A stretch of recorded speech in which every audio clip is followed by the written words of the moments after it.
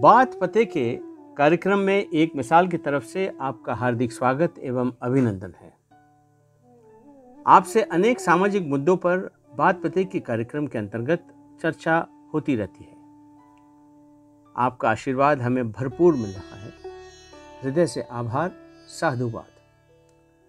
आज हम आपसे एक बहुत ही मार्मिक मुद्दे पर बात कर रहे हैं। बात एक परिवार की है। परिवार में पति, पत्नी, उनके 2 बेटे और एक सुशील बेटी है। बहुत ही सुखी परिवार था। अचानक परिवार पर जिसकी नजर पड़ी और परिवार पर कहर टूटा। परिवार के मुखिया की पत्नी का स्वर्गवास हो गया। सब कुछ तहस नहस हो गया, सब कुछ बिखर गया। परिवार में दोनों बेटों की शादी हो गई थी।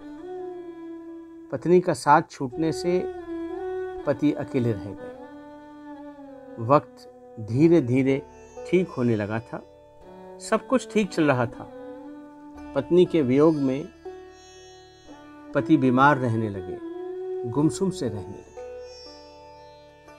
कुछ दिनों तक तो बेटों ने अपने पिता की बहुत अच्छे से देखरेख करी, लेकिन एक दिन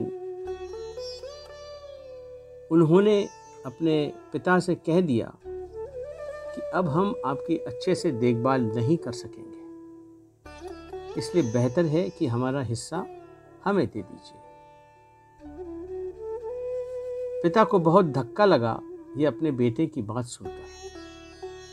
बहुत दुखी हुए कि जिन बच्चों के लिए जीवन भर मैंने इतना कुछ किया और उन्होंने एक टका सा कड़वा सा जवाब दिया कि हमारा हिस्सा कर दीजिए। बहुत रोया अपनी दिवंगत पत्नी की फोटो के सामने। पिता ने एक दिन दोनों बेटों को बुलाया और अपनी संपत्ति का बंटवारा बराबर बराबर कर दिया, जिससे कि वो दोनों बेटे सुखी रह सके। ये बात जब उसकी बेटी को, जो दूसरे शहर में नौकरी करती थी, को पता चला, वो तुरंत घर आई और पापा से बोली, मैं हूं ना आपके साथ, आप चिंता क्यों करते हो, सब ईश्वर ठीक करेगा। ये बात सुनकर पिता की आंखें भर आई और बेटी को गले लगा लिया और फूट फूट कर रोने लगा।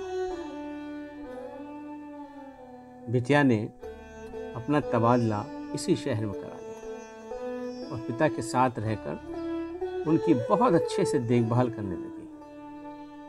उस बेटी ने शादी भी नहीं की। जानते हैं क्यों? क्योंकि शादी के बाद वो दूसरे घर चले जाएगी तो उसके पापा की देखभाल कौन करेगा। ये होता है बेटी का समर्पण। दोस्तों, जीवन यही है।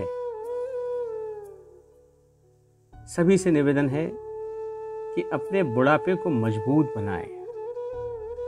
दुखी मत होइए कि बुढ़ापे में आपके संतान साथ दे या ना दे, जैसे उनके बेटों ने किया।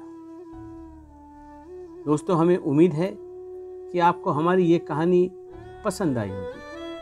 आपके विचार एक मिसाल के YouTube चैनल पर ज़रूर लिख दीजिए, क्योंकि आपके विचार ही एक मिसाल को हिम्मत और शक्ति देते हैं ऐसे अनेक सामाजिक मुद्दों पर बात करने के लिए। अगले हफ्ते फिर एक बात पते के कार्यक्रम में आपसे मिलेंगे। तब तक के लिए प्रणाम, साधुवाद।